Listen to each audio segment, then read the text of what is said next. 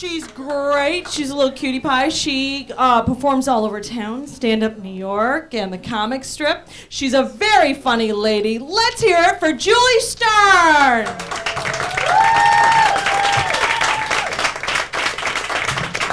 Hey, how's everybody doing? Great. Actually, I really don't care how you're doing, you know? It's like I only really care that it's my turn to finally talk.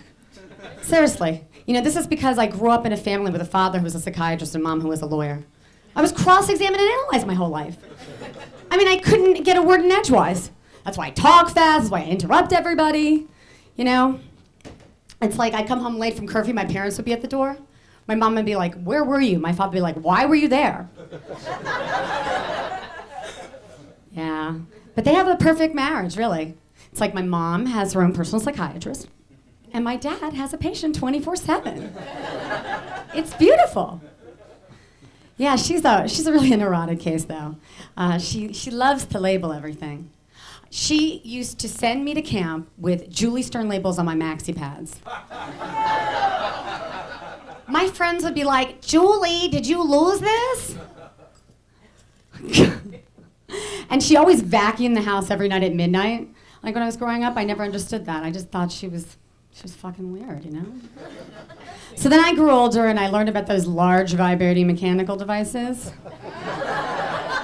Poor Dad. I mean, how can he compete with 250 watts? You know, I mean, if I had a vacuum cleaner that vibrated, I'd never leave the house. Definitely. My mom is also constantly nagging me about my weight. She's always like, you know, she sees me every once in a while and she's like, you know, your butt's getting bigger, Julie. It's like so annoying. So anyway, I've been recently on a diet, doing pretty well. My chest has almost pretty much disappeared. I'm just now waiting for the bottom half to fall off. You know, it really sucks being a woman, you know, losing weight, you lose your chest, you know? It's like if men lost as many inches down there as we lost up here, they'd all be 600 pounds. You know I'm right. All of you out there. Yeah. God. My parents are also, have always been obsessed about me marrying a Jewish guy. You know, I'm like you with the Jewish stuff. It's like it follows me everywhere. But, you know, it's like in high school I was instructed that I could only date Jewish guys. So I changed the names. It's like Patrick O'Connor would call my home and be like, is Julie there? This is Adam Goldberg. And then there was this black basketball player that wanted to date me. I was like, okay, here I go. Jerry, I'm sorry, I can't date you. You're not Jewish. And he's like, baby, that don't matter. I come over your house and wear one of them beanies. He's like, haven't you heard of Sammy Davis Jr.? He's like, look, come on. I'm going to get down with them matzo balls. I'll dribble them. He's like, you know, I'll even wear one of them capes with them tassels. Don't worry. I'm like, great. This is just great. So, anyway, everybody's just so happy here. This is wonderful.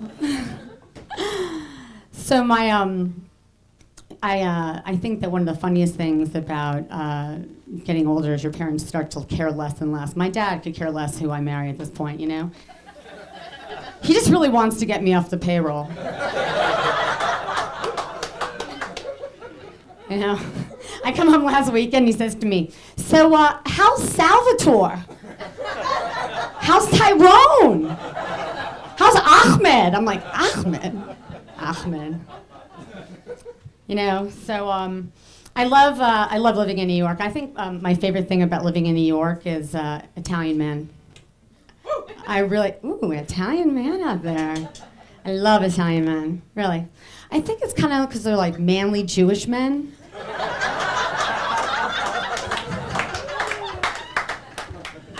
It's like, you know, and that's probably why I love them. I call myself a Jew-op wannabe. But, you know, the one thing that I don't understand is their language, seriously. I don't understand this. It's like the first time I met an Italian guy and he said, how you's doing? I thought he was talking to my tits. I said, how you's doing? So then I, like, you know, go on a date with this Italian guy and, you know, we're sitting there and he's bragging about owning 2 restaurants and I'm like, really? And he's like, yeah, you know, 2 Dunkin' Donuts in Canarsie. Dunkin' Donuts? He's like, yeah. He's like, my friend Fabio and Vinny and I, we used to do legal trading down on Wall Street, and now they're in the state penitentiary, but don't worry. I can't be explicated. I go, you mean implicated? He's like, it don't matter. I go, you mean it doesn't matter? And he's like, look, I don't change for nobody. Like anybody, you schmuck. God. Yeah, so anyway, then I went to work for this Italian guy who, for just a brief time, he was one of those greeters with the diamond pinky rings. These guys love to sit there with their finger up like this, showing everybody. And he was so crazy about me. He said to me he really wanted to be exclusive with me. And I said, Anthony, I can't be exclusive with you. You're married. He goes, so? I'll be exclusive with you and my wife. I'm like, great. My dating life sucks. Sucks. So anyway, I figured, you know what, I'll throw my parents a bone. I'll date a Jewish guy once, So I go out with this Jewish guy. We're sitting there at dinner. 10 minutes into dinner, he looks at me and he says, Julie, how do you feel? I'm like, what? He's like, where is this going? I'm like, I feel like I'm dating my father. He's like, oh, don't worry. He goes, I grow on women like fungus. I'm like, great.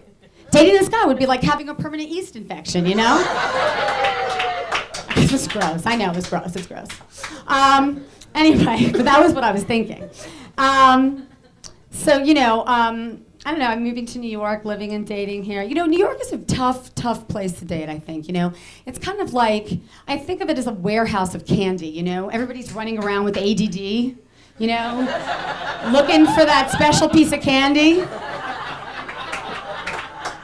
It's like, being in a restaurant with 1,000 items on the menu and not knowing which one to pick. But you know what, we really have it good, because, compared to living in LA, they're so self-absorbed. It's like you think someone's looking at you, they're staring at themselves in the mirror behind you. Come on. So, I don't know. I figured, you know what? Internet dating, what the hell? I'll give it a shot. Things haven't been going so hot. So, I put an ad out. I said, I'm in search of the package. Some guy sent me a picture of his package.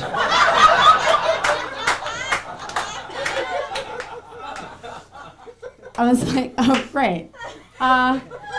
Okay. And then I was like looking around, looking for those Italian ads, like some really cute Italian guy that I could find. And I see this ad, it says, good-looking Italian guy in search of the fairy tale. And I'm thinking, this is my man.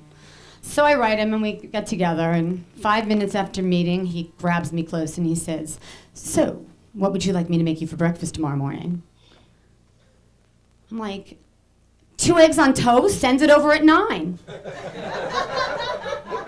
I'm like, what a schmuck, It's like, this guy should have had desperate scumbag looking to get laid. You know what? I don't know why I even leave the house. I shouldn't even bother, You know what the biggest problem, though, is that in dating, everybody misrepresents themselves. I know, I hear this all the time. Everybody's complaining. Everybody misrepresents themselves. It's like, especially on the internet, it's like women, they lie about their weight all the time. It's like, I thought petite meant short.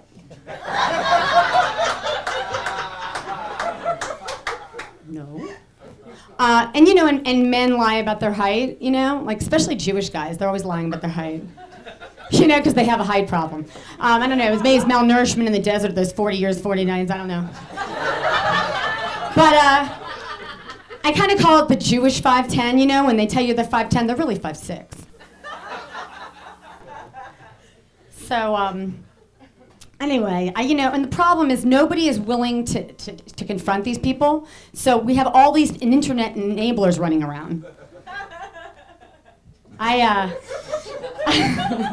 I thought that, I think I'm just going to, take these people to court for false advertising, Really. I mean, when guys tell you that they want to take you home so they can cuddle, come on, who do they think they're kidding? We know that they just want to get laid. And, then, when a guy tells you he's going to call you and then he doesn't call, you should sue him for a breach of contract, seriously. All right. So if I took them to court for false advertising, I think the punishment should be that you are forced to spend the rest of your life living in Los Angeles. Because that's where everybody misrepresents themselves. Thank you, good night.